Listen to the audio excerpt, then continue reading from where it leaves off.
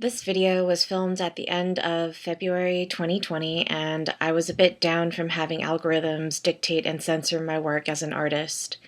Half a year later, looking back on my notes, I realized I had written raves about my art, and so I will be uploading the positive side to this topic next week.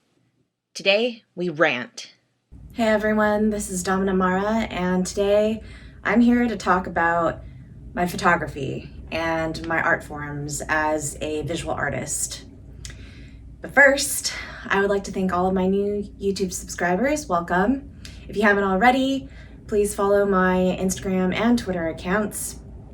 You can also find more information on my website at dominamara.com, and we'll get right into it. So, a lot of people, if they've seen my work, think that I have nice photography, and I don't know how many people actually read that I do about 70 to 75% of the photos that I take of myself. I set up, like I have now, a tripod with a camera. I am working off of a over 10-year-old Canon T2i, the Rebel, and it has no screen to flip around so I can see myself, so I literally have to run back and forth. I use a remote control to capture everything, and when I have my associate AV around, that's when I will use him to actually pull the camera trigger. I art direct everything myself, and he knows more about camera specifics than I do, such as aperture and f-stop and all the technical details that I was not trained in. I am initially a graphic designer and illustrator, so my background comes in composition, in framing, in subject matter, in placement and lighting, in color scheme, in a lot of the creative direction. And I find that until people actually meet me in person, where they're able to hear my story about the creation of my photos and later on short films, that's when they actually come to find out that I am the sole creator behind my work. A lot of other dominants and colleagues I found also are creatives and have their own styles and make their own work as well, but a lot of them are collaborations with photographers. I've been collaborating a little bit with photographers around the US. However, again, I kind of have the main concept that I want to shoot.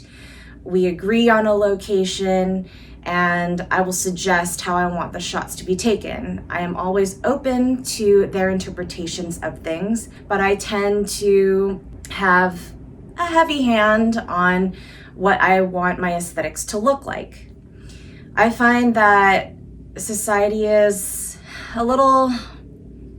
still very patriarchal, not a little. It's still patriarchal because they believe that when I credit any other collaborators, such as AV, my associate, or whoever took the actual photo, and I don't credit myself as editor, even though I edit every single photo that goes up online, they think that the male person who is being credited is the creator. And this video is kind of the overall is to say no. I am the sole creator.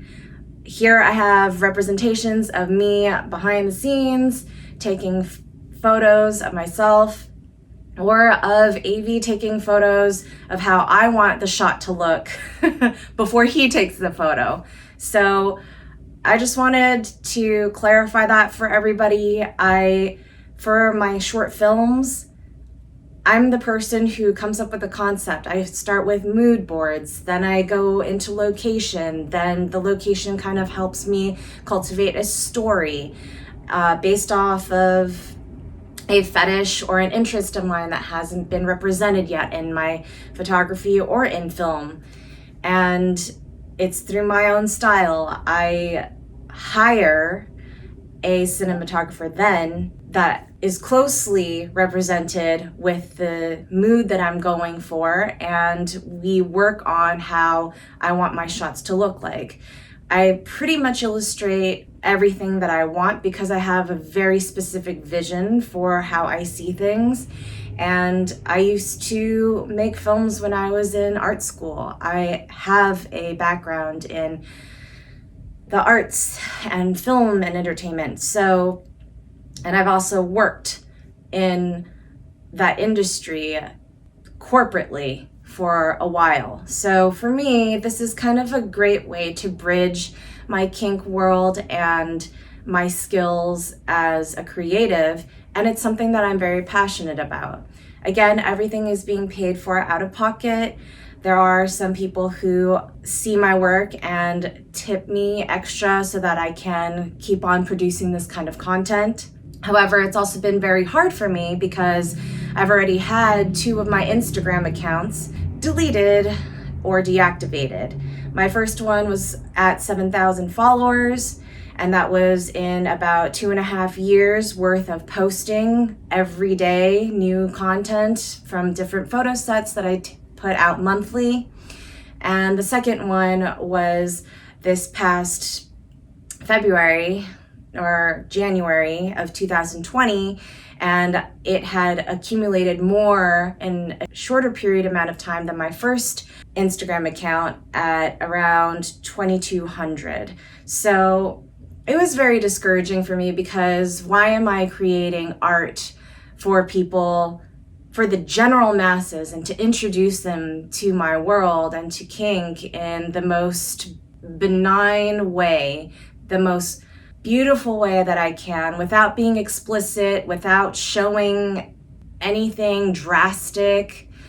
It's heartbreaking, and it's also really disturbing how people can make these losses a commodity, where people are going to profit off of trying to return people's accounts back. So I've been struggling with that a little bit, on top of the identity and gender issues that I've had with people thinking that my content is created by a male. If you really know photography, you can tell that there is a female touch to all of my photos, and that there is a female dominant voice. So I just wanted to clarify those things because I want to go into the new decade fresh. I feel like producing these short films are fun, but I'm not sure where they're going to go next. This medium has opened other collaborations with things like a stocking company, Sheertex, who has generously made me an official influencer. So I'm very happy about that. But for now, I'm kind of feeling my way through, and I appreciate you all being part of my journey and for listening to what I have to say about, the perspectives on my artwork. Here is also a recap of the Nightshade art gallery opening for sex workers, by sex workers, and allies in San Francisco, hosted by Miss Lillian Bassett, and it was a really good time. Thank you for having me. Thank you for hosting. It was a pleasure meeting you all. I hope that with gallery openings like this, where you can see me in person and meet me and see my art in real life, you'll be able to understand a little bit more of who I am. So thank you for watching. If you like this video, please hit that thumbs up button, share it so that other people can learn about the art that I'm creating. Subscribe if you haven't already, and I'll see you next time, San Francisco. Be safe, have fun, and keep it kinky, everyone. I'm good. So come towards me and then just continue filming from below. Okay. And you can do like a slight curve. Cool.